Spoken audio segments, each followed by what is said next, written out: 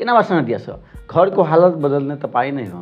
तपाईँ घरको जेठो छोरा, कान्छो छोरा, जेठो छोरी, कान्छी छोरी जे भए पनि तपाईले नै आफ्नो घरको हालतलाई बदल्ने हो। तपाईँ यदि यो भिडियो हेरिराख्नु भएको छ भने तपाईँ एकचोटि ध्यान दिएर मैले भनिरहेको ती कुरालाई तपाईले सम्झन जरुरी छ साथीहरू। किनभने तपाईँ जुन अवस्थामा यो संसारमा आउनुभएको छ, तपाईँ जुन घरबाट, जुन फ्यामिलीबाट बिलङ गर्नुहुन्छ, त्यो फ्यामिलीमा के भइरहेको छ र तपाईले के गरिराख्नु भएको छ, त्यो धेरै इम्पोर्टेन्ट हो साथीहरू।